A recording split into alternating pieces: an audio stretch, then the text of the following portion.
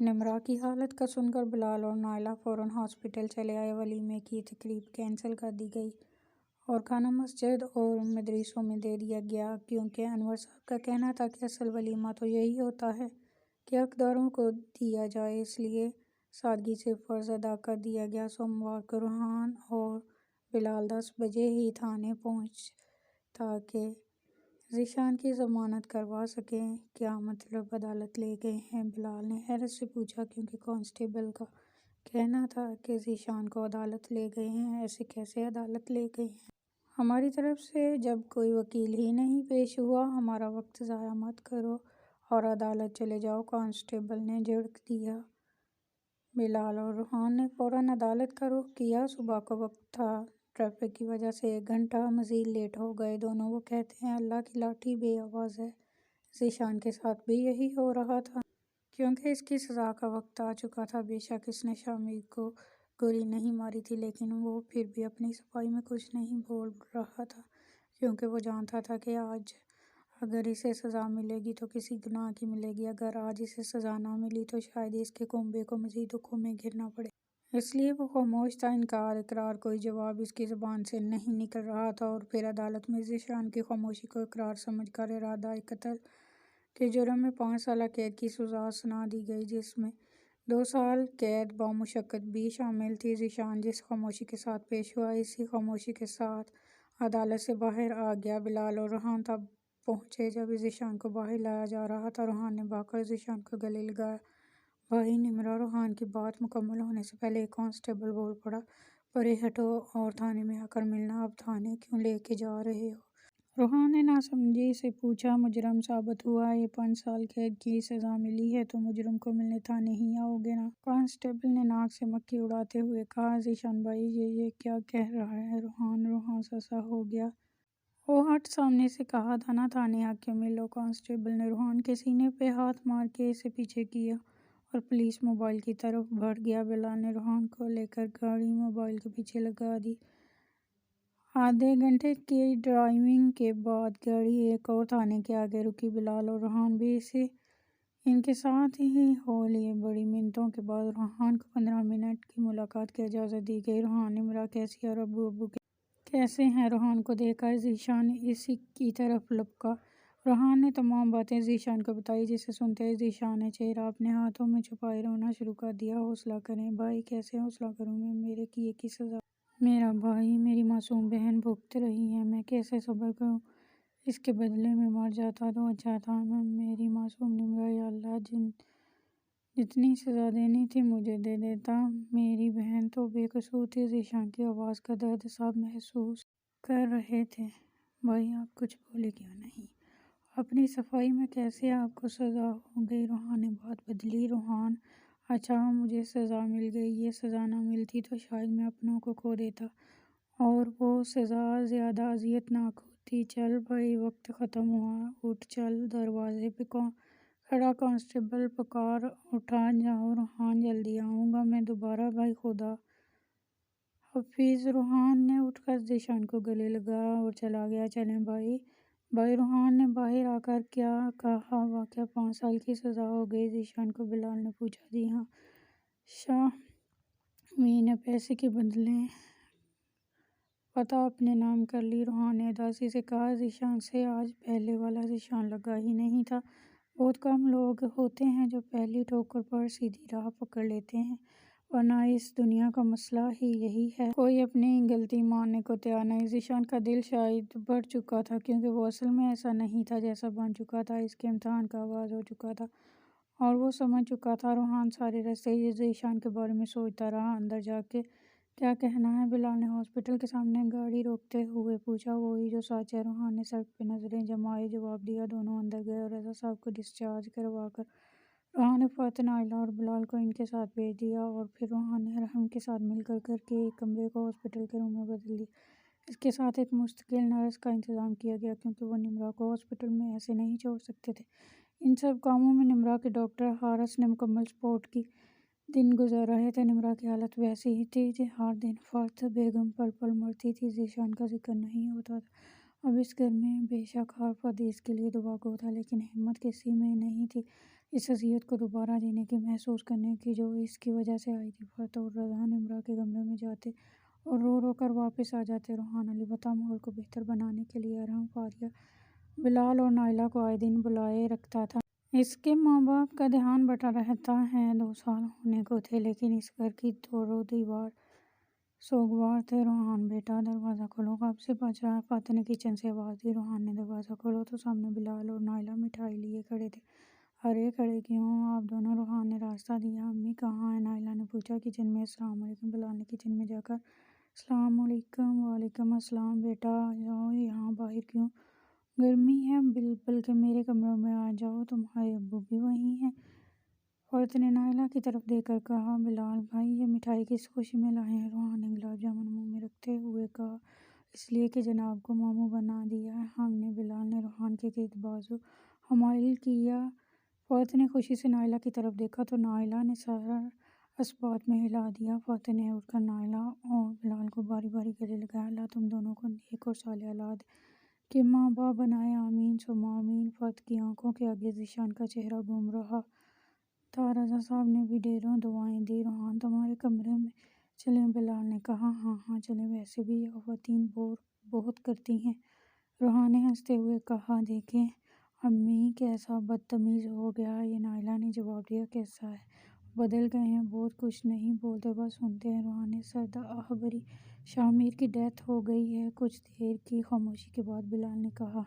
روحان نے کوئی تاثر نہیں دیا۔ دبئی میں کار ایکسیڈنٹ میں مارا گیا، اللہ اس کی مغفرت کرے۔ روحان نے بے تاثر چہرے سے جواب دیا۔ آمین۔ نمرہ کی حالت میں کوئی بہتری آئی؟ بلال نے سوال کیا۔ اب تک تو نہیں، لیکن ڈاکٹر حارث کا کہنا ہے جلدی اچھی خبر ملے گی۔ وہ نمرہ کی طرف سے مایوس نہیں ہے؟ روحان نے تفصیل بتائی۔ انشاءاللہ انشاءاللہ۔ ہاں بھائی کیسا لگ رہا ہوں؟ صائم نے گوگل لگا کر اترا کر کہا۔ Looking like a hero. Maryam نے چہک کر جواب دیا۔ ویسے یہ پولیس یونیفارم جچ رہی ہے نا مجھ پر؟ صائم نے پھر سہج کر کہا۔ کتنے خود پسند ہیں بھائی، اب جل کیوں رہی ہو چندا؟ صائم نے مریم کو چڑھایا۔ اوہو کیوں لڑ رہے ہو مونا؟ اب بولیں۔ امی لڑ تھوڑی رہے ہیں، ہم تو باتیں کر رہے ہیں، مریم نے جواب دیا۔ ماشاءاللہ میرا بچہ، اللہ قدم قدم پہ کامیابی دے میرے بچے کو۔ صائم کو دیکھا مونا نے دل سے دعا دی۔ آج موسم ہوتے تو خوشی سے پھولے نہ سماتے۔ مونا کی آنکھیں اشک بار ہو گئیں۔ مما بھائی کا پہلا دن ایسے روئے تو نہ۔ مریم نے بات بدلی۔ مما آپ لوگ پیکنگ شروع کر دیں، مجھے گھر اور گاڑی بھی ملی ہے، ایس پی صاحب چوبن گئے ہیں، مریم نے خوشی سے کہا۔ یہ سب آپ دونوں کی دعاؤں کا نتیجہ ہے۔ جتنا مشکل وقت گزارا ہے اللہ نے انعام بھی اتنا بڑا ہی دیا ہے، صائم نے کہا۔ صائم یہ انعام کے ساتھ امتحان بھی ہے، میرے بچے ہمیشہ حق اور سچ کا ساتھ دینا چاہتے ہیں، سامنے تمہاری ماں ہی کیوں نہ ہو۔ مونا نے صائم کا ساتھ چومتے ہوئے کہا۔ انشاءاللہ مما، بس آپ دونوں دعا کرتی رہیے گا۔ صائم نے ماں اور بہن دونوں کو گلے لگایا۔ صالحہ پانی تو پلا دو یار، تھک گیا ہوں، آج بہت جھیل آئی۔ 1 منٹ رافع، آج جلدی آ گئے آپ؟ صالحہ نے پانی کا گلاس پکڑاتے ہوئے کہا۔ کہو تو واپس چلا جاتا ہوں، رافع صاحب نے شرارت سے کہا۔ اب ایسا تو نہیں کہا، میں نے ویسے ہی پوچھ رہی تھی میں بس، صالحہ نے برا مناتے ہوئے کہا۔ اماں کہاں ہیں اور بچے بھی نظر نہیں آ رہے؟ رافع صاحب نے ادھر ادھر دیکھ کر کہا۔ اماں بچوں کو ان کی پھوپھی کے گھر لے گئی ہیں، کہہ رہی تھی شام تک آ جائیں گے۔ صالحہ نے الماری میں طے شدہ کپڑے رکھتے ہوئے کہا۔ اچھا کھانا لگاؤ، میں فریش ہو کر آتا ہوں، رافع صاحب نے واش روم کی طرف جاتے ہوئے کہا۔ صالحہ نے جلدی سے روٹی ڈالی اور کھانا کمرے میں ہی آ ہی رہا تھا، میں باہر گرمی ہے بہت اس لیے یہاں لے آئی میں۔ رافع نے کھانا شروع کیا۔ رافع آپ نے دیکھا اخبار میں صائم کی تصویر لگی ہے؟ صالحہ نے خوشی سے بتایا۔ ہاں دیکھا تھا میں نے، ماشاءاللہ مقابلے کا امتحان پاس کیا ہے اس نے، ایس پی لگ گیا ہے ماشاءاللہ اسے۔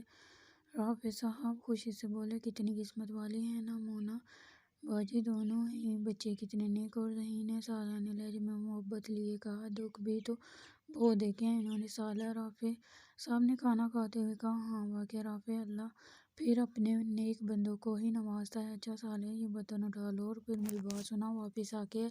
اچھا آ رہی ہوں، بیٹھو یہاں بیٹھو۔ رافع صاحب نے صالحہ کو عین اپنے سامنے بٹھایا۔ صالحہ نے سوالیہ نظروں سے دیکھا۔ روحان آیا تھا، رافع صاحب نے بات شروع کی۔ اچھا صالحہ نے اٹھنا چاہا تو رافع صاحب نے ہاتھ پکڑ کر دوبارہ بٹھا دیا۔ ان کی زندگی بہت مشکل ہو گئی ہے صالحہ، مجھے لگتا ہے ہمیں جانا چاہیے وہاں۔ رافع آپ اتنی جلدی سب بھول گئے ہیں، صالح نے افسوس سے کہا۔ 2 سال ہو گئے ہیں، نمرہ کومے میں پڑی ہے، رضا بھائی دل کے مریض ہو گئے ہیں، اور وہ ذیشان وہ تو جیل میں بھی پڑا ہے۔ صالح نے حیرت سے رافع کی طرف دیکھا۔ بچوں کو نہیں لے کر جائیں گے، لیکن ہم چلتے ہیں صالح، جو بھی ذیشان نے کیا اس کے کیے کی سزا ہم باقی سب کو نہیں دے سکتے۔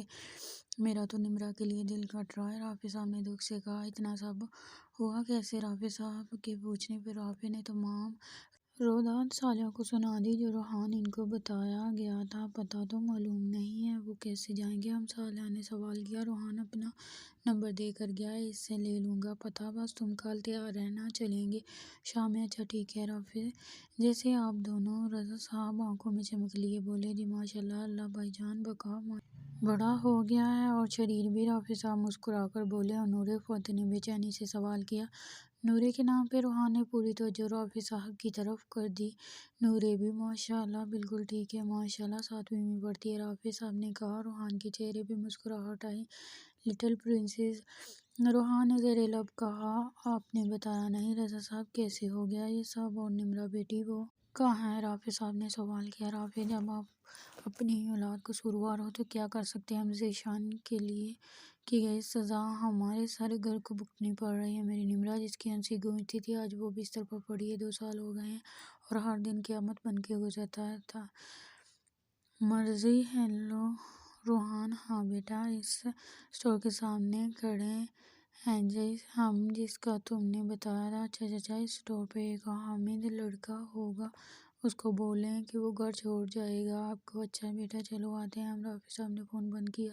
روحان بیٹا، کون آ رہا ہے جن کے لیے تم صبح سے بے چین ہو؟ رضا صاحب روحان کو دروازے کے پاس چکر لگاتا دیکھتا ہوا پوچھنے لگا، ابو ہیں کچھ خاص مہمان آنے والے ہیں بس؟ روحان نے کہا۔ روحان کے چہرے کی چمک ہی آج الگ تھی۔ دروازے پہ دستک ہوئی تو روحان نے فوراً دروازہ کھولا۔ السلام علیکم چچا، آئیں اندر آ جائیں، آپ کا ہی انتظار کر رہے ہیں ہم۔ روحان نے دونوں کو اندر آنے کا راستہ دیا۔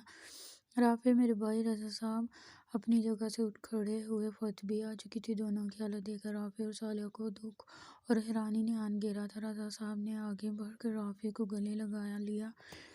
چند ہی لمحے گزرے اور رضا صاحب کا ضبط ٹوٹا اور انہوں نے بچوں کی طرح رونا شروع کر دیا۔ وہاں موجود ہر انسان کی آنکھ سے آنسو جاری ہو گئے۔ رضا صاحب، کیسے ہو گیا یہ سب؟ رافع صاحب نے ساتھ بیٹھتے ہوئے سوال کیا۔ جیسے کہ جواب میں فتح نے ہاتھ جوڑ دیے۔ صالح اور رافع کے سامنے ذیشان نے کچھ نورے کے ساتھ کیا، میں معافی مانگتی ہوں اس کی طرف سے۔ ارے بھابی، کیا کر رہی ہیں؟ صالح نے فتح کے جڑے ہوئے ہاتھ تھام لیے۔ بھابی، ہم سارے شکوے شکایتیں بھلا کر آئے ہیں، خدا را پچھلی باتیں نہ دہرائیں۔ رافع صاحب گویا ہوئے۔ فتح نے اس بات میں سر ہلایا۔ نورے اور بقا کیسے ہیں؟ بڑے ہو گئے ہوں گے۔ ہر دن لگتا ہے آج سب ٹھیک ہو جائے گا، آج میری بیٹی بھاگتی ہوئی آئے گی کہ میرے ابو چاکلیٹ کہاں ہے، لیکن وہ نہیں اٹھتی، بات نہیں کرتی مجھ سے۔ رضا صاحب پھر سے رو پڑے۔ صبر کریں بھائی صاحب، انشاءاللہ سب ٹھیک ہو جائے گا بہت جلد۔ صالح نے تسلی دی۔ نائلہ بیٹی کیسی ہے؟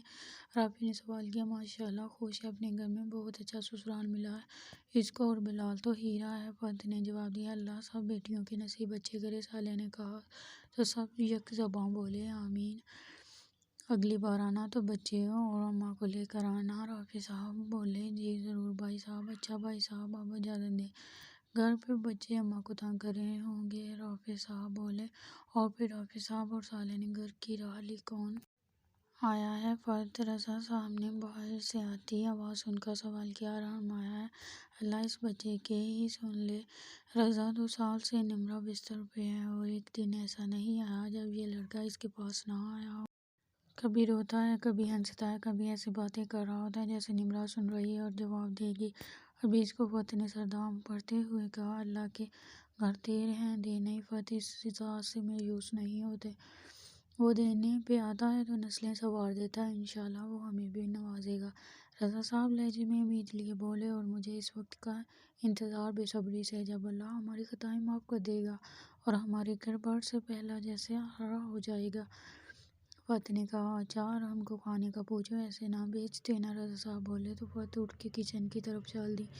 تمہیں پتہ ہے آج نا ایک خوبصورت سی ویل ڈریسڈ لڑکی میرے پاس آئی اور کہتی کہ مجھ سے دوستی کر لیں کیونکہ مجھے آپ پسند آ گئے ہیں۔ ارحم نے کہہ کر گھر کر، لیکن میں تو لیکن میں نے تو صاف انکار کر دیا۔ جانا، میں نے کہا کہ sorry, I am married and I have a pretty wife. تو وہ اتنا حیران ہوئی اور بولی، یہ سارے اچھے لڑکے شادی کیوں اتنی جلدی کر لیتے ہیں؟ ارحم نے پھر کہہ کر کہا، تم بھی تو بولو نا جانا، ہمیشہ میں ہی بولتا ہوں، میرا دل کرتا ہے تم بولو اور میں سنوں، لیکن تم کچھ بولتی نہیں۔ ارحم نے نمرہ کا ہاتھ ہمیشہ کی طرح اپنے ہاتھوں میں لیا اور ہتھیلی پہ لب رکھ لیے۔ کب تک ناراض رہو گی؟ مان جاؤ نا، اب مجھ پہ ترس نہیں آتا تمہیں؟ نمرہ، ارحم نے نمرہ کا ہاتھ اپنے دل کے مقام پہ رکھا اور غور سے نمرہ کے چہرے کو دیکھنے لگ گیا۔ ایک آنسو نمرہ کی آنکھ سے نکل کر بالوں میں جذب ہو گیا، لیکن ارحم یہ سب دیکھتا رہا۔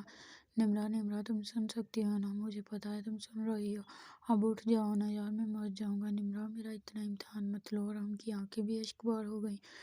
ارحم ہمیشہ کی طرح آج بھی گھنٹوں نمرہ سے باتیں کرتا رہا، اپنے سارے دن کی روٹین، دوستوں کی باتیں، فاریا اور اس کی لڑائی، وہ روز آ کر نمرہ کو بتاتا تھا۔ لیکن 2 سال میں آج نمرہ نے پہلی بار آنسو کے ذریعے جواب دیا تھا۔ ارحم نے ڈاکٹر حارث سے بات کی۔ کچھ دیر بعد ڈاکٹر حارث بھی آ گئے، نمرہ کا چیک اپ کرنے لگے۔ مجھے یہ بتاتے ہوئے خوشی ہو رہی ہے کہ نمرہ کا دماغ بیدار ہو چکا ہے، کافی حد تک امید ہے کہ جلد ہی وہ ہوش میں آ جائے گی۔ ڈاکٹر حارث نے جیسے نمرہ کو نہیں، اس کے گھر کے ہر فریق کو زندگی کی نوید سنا دی تھی۔ لیکن اب صرف ایک کمپلیکیشن ہے، وہ یہ کہ ہوش میں آنے کے بعد 50% چانس ہے کہ نمرہ کی یادداشت جا سکتی ہے۔ ڈاکٹر نے تفصیل